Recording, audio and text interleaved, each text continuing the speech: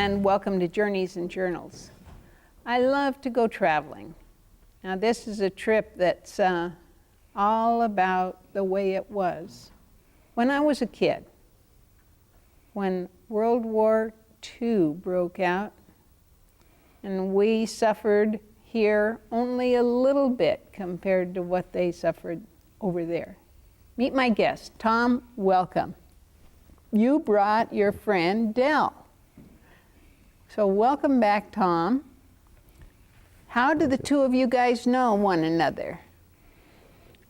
We lived together at Countryside Estates here. We used to eat our meals together.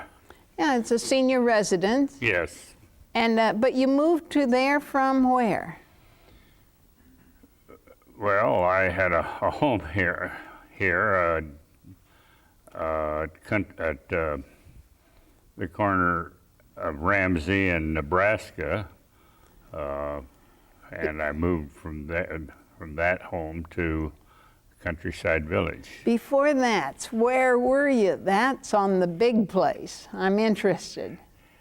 Well, do you want to start clear back at where I was when World War II started? Please do. Okay, I was working in a service station as an attendant for Standard Stations in Riverside, California. When the war started, I was ready to go. I had made application to the Royal Canadian Air Force and was turned down because I didn't know how to fly. And I was willing for them to train me, but they weren't interested in that. Now, why Canada? Beg your pardon? Why Canada?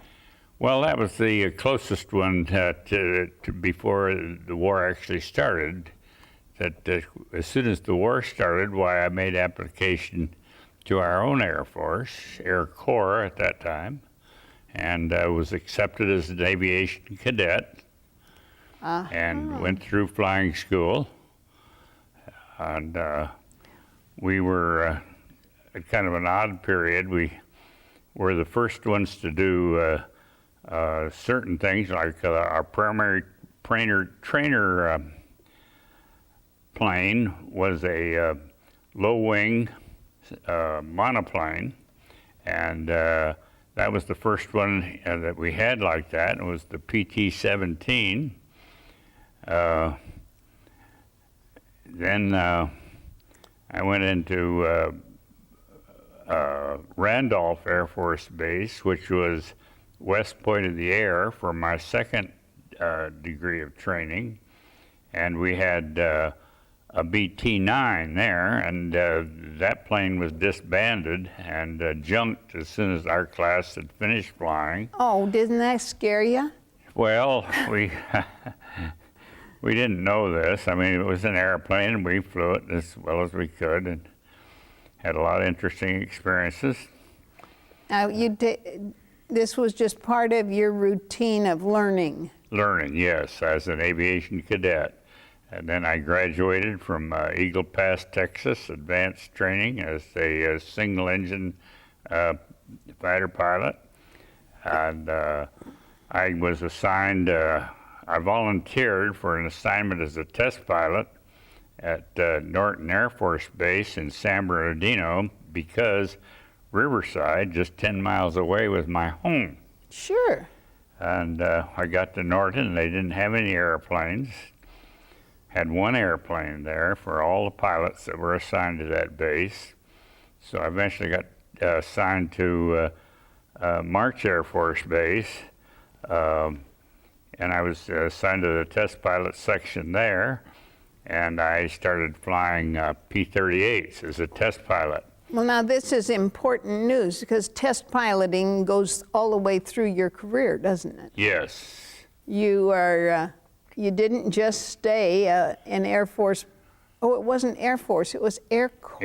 Air Corps in those days. So you didn't get the Air Force till after World War II. Okay, the Air Corps was the flying bunch of young men. How old were you? I was 22 by the time I graduated from flying school.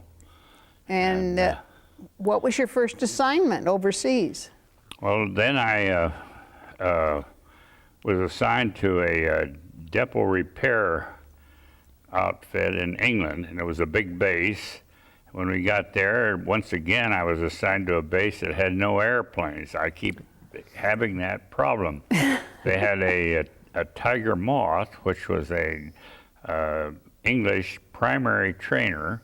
The plane didn't have brakes. It didn't have flaps. You had used a great deal of flying skill in order to land and to control the plane on the ground.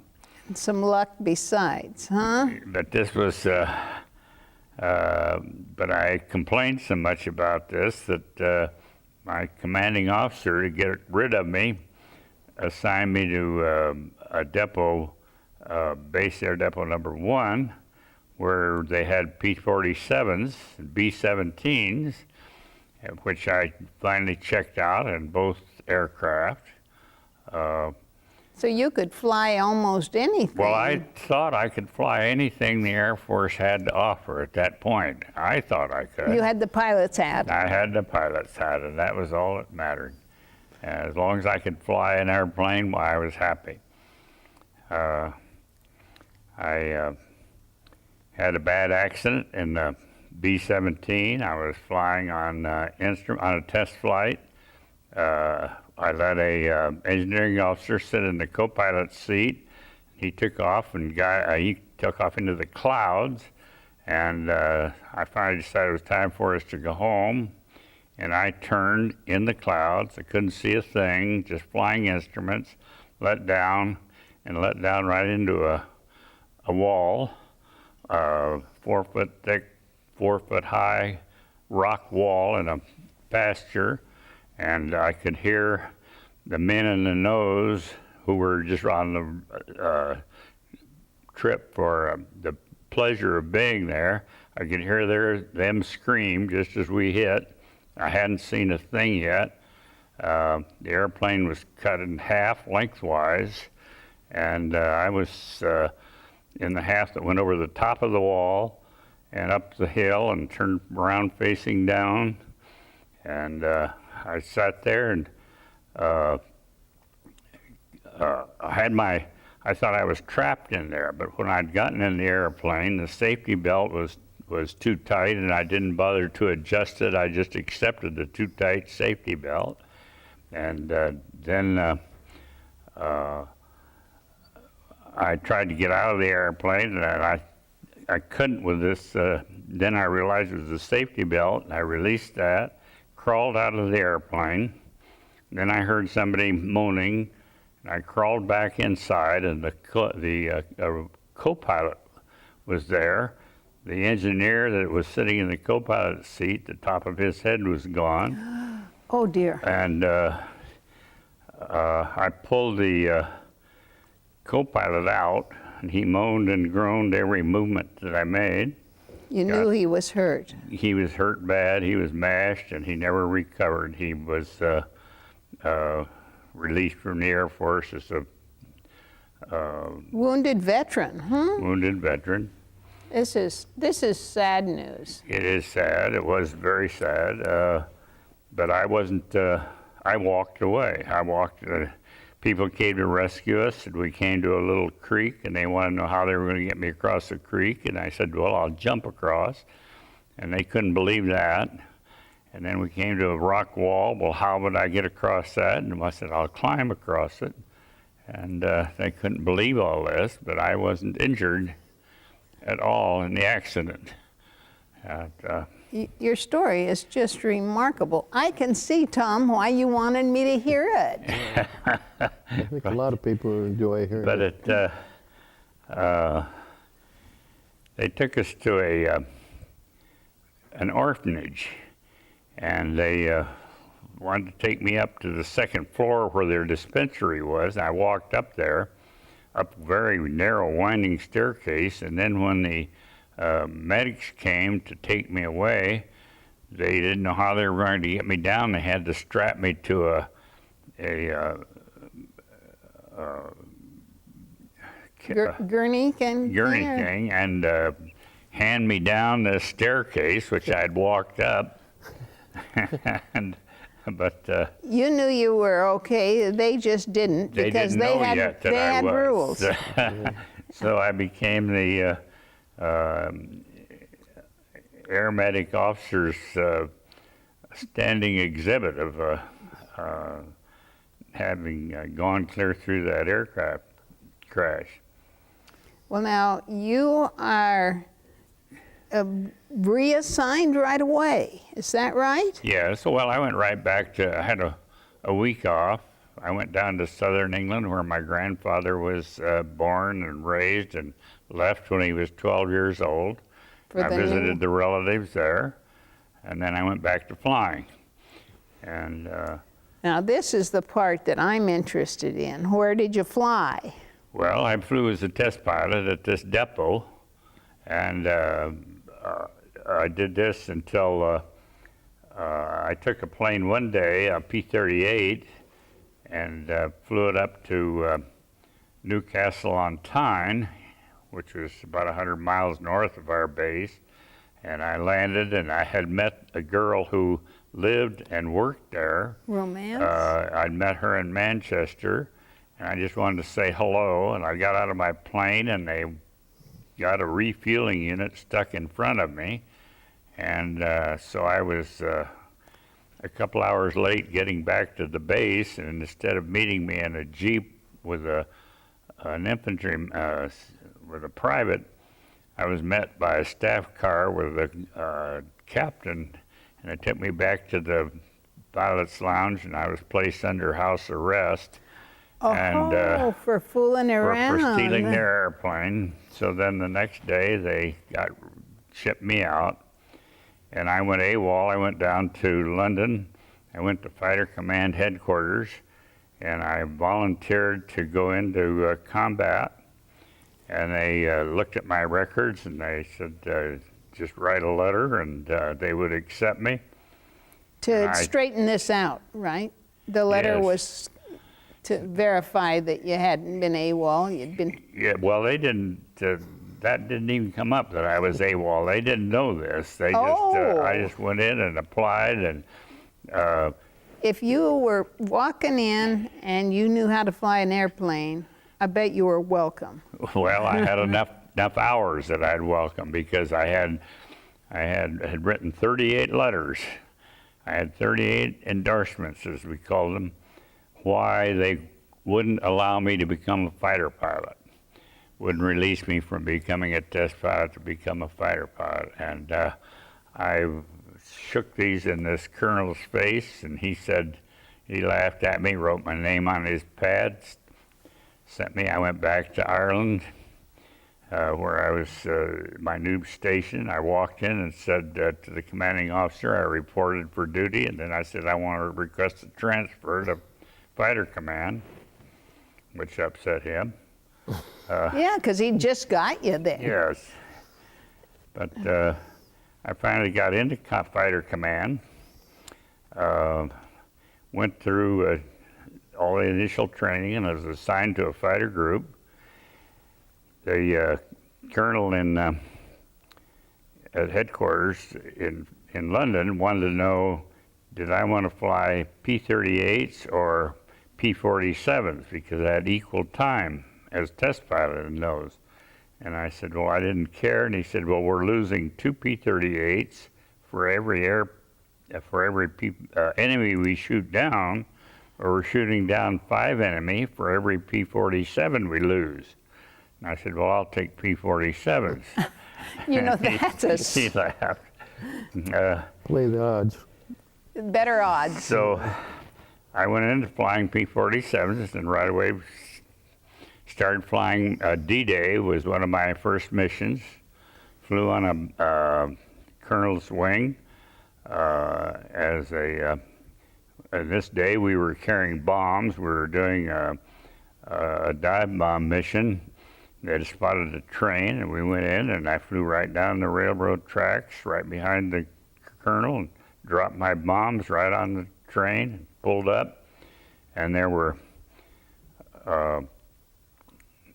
36 of us, I believe, there all together. And when I pulled up, I looked around and I couldn't see a single airplane any place. Just my vision was scared out of me. And then I saw a little spot way ahead, and I pulled up, and it was the colonel. Now, is that the airplane that you're showing there on your shirt? Yes, that's the P-47 Thunderbolt, and I flew 35 missions, and I had received two air medals. Then we were on a mission. We were flying primarily escort, but every day that we would leave the bombers and head home, we would hit the deck and dive down to the ground and look for targets to shoot up on the way home. Well, this one day we came across the field, and the captain who was leading us went in first, and his wingman, who was on his first mission, was shot down in just a big ball of fire. And the captain called, said, "Well, we will skip this." And I said, "Well, I have a perfect lineup." The field was just lined with German fighter planes. So I circled around, came right over the spot where this man had crashed, over his ball of fire there, and was all ready to pull the trigger, was all lined up. And all of a sudden, one of my machine guns disappeared from in front of the wing. And the next instant, a shell burst inside the cockpit and took out the front of the cockpit. So I turned sharply, hid behind this big hangar building, and went around and climbed up, joined the other fighters up there, and I said, I don't have any oil pressure. My oil line's been shot out. And so they said I should go home. And they wanted to know whether I wanted another pilot to go with me. And foolishly, I said, no, I could make it by myself. So I started out. At the time, I was 30 miles east of Paris. I flew in a semicircle around the southern side of Paris and wound up 30 miles on the west side of Paris. And my engine quit. Well, it didn't quit. It was on fire. It caught fire, and the whole airplane was on fire. So I finally jumped out the side, bailed out. Because you're all alone in this. All alone. You don't have anybody else in there. You're the nobody to hold your hand. No. So when I hit the ground, I lit in a nice clearing. I was taking off my Mae West and my parachute, and I was going to try to evade. And a man came out of the woods into this little clearing and motioned for me to follow him. And I followed him out into the road, and just before we got to the road, he turned around and pointed at the people at my shoulder holster and wanted my automatic. And I thought it was the least I could do for him. He was helping me escape. So I gave him my gun, and we stepped out into the road, and there were thousands of German troops in the road, which was a road with the trees curving over the top of the road to form a shelter over the road, so they couldn't be seen. There was an officer there in a sidecar, and I walked up, and I still had my Mae West and all oil covered, and I was all covered in oil, and I laid that on his sidecar, and the sergeant knocked me off, knocked me down the ground, and told me we didn't do that. We didn't touch the officer's sidecar. Now, is this a story you're talking about? This guy was actually being disciplined by some German, I mean, what? Yeah, so then in a few minutes, they took me to a clearing to question me. And it was a tree line. It was at a farmhouse, French farmhouse, in a very pretty location. And they had 5 officers there questioning me. Well, 2 of these were fighter pilots, and they took me to to a prison, to a jail, and they took me down the streets, and I was riding in this beautiful Phaeton car, convertible. It was a Luftwaffe, and it was all blue and chrome. And I was in the back of that, and I was giving all the people along the side who would peek out their windows, I'd give them the V sign for victory. Okay. Which? V for victory. And these two officers just laughed at me. And then later on, I was in a truck and had a a sergeant of some sort, German with a machine gun, and I leaned out the tailgate and started giving that V sign to people, and he shoved the machine gun in my stomach, and he said, "You do that once more, and I give you this." In English? In English, broken English. So I moved to the front of the truck and didn't give the V sign. But you know, those secret codes of ours, they helped lots of guys survive. Yes. They did. Do you, I can see why you're fascinated by his story, because Well, I'm surprised at the audacity of a person in his position giving a V for victory at a story. 22-year-old saying, Well, they put me in the second story of this, the third story of this beautiful French home, and they had a kitchen down below, and I was looking I looked out the window, and they saw me looking out this window all the time, and I was planning an escape out there. Of So they course. came up and they boarded up the window, oh, and I had a pocket knife, and I was cutting these boards, and it was just about to get cut through so that night when it was dark I could get out on the ledge and hopefully escape down the side of the building. But they came and took me away in a truck. oh, so And your so I escape didn't get, plan. to escape. But, Well, you weren't treated very nicely there. no, they weren't brutal to me, but they were very strict, and they didn't say anything humorous at all in some of the things that I got a big kick out of. Now, I can understand. Now, what did you have for food? And for food, that was a big problem. I wasn't getting any food at that time. I went a day or two there that I didn't get anything to eat. Or water either? Well, I got water. Well, at least you should have gotten bread with your water, huh? Yeah. But I finally wound up in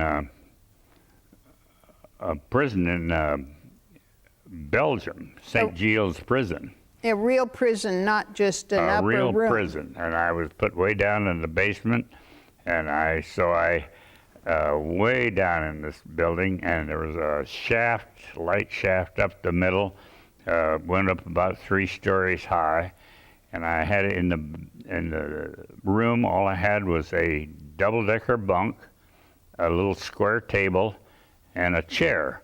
So I moved those underneath this opening and set the table on top of the bed and the chair on top of the table, and then I went and hid behind the door until the guard came down looking. He looked in, and he came in swearing, and then he saw me in the corner hiding, and he started beating me with these guns. You know, we're going to run out of time here, so I just would love to find out that you came home and waved the flag, and I'm going to need to have you come back and tell some more of this story, because you're a survivor. You are a survivor of Well, I survived that. and prison and airplane crashes Yes. and figuring out how to get in and out of these different. No wonder you wanted me to hear his story. You wanted everybody out here in Southern Oregon. Yeah, well, this is just the beginning.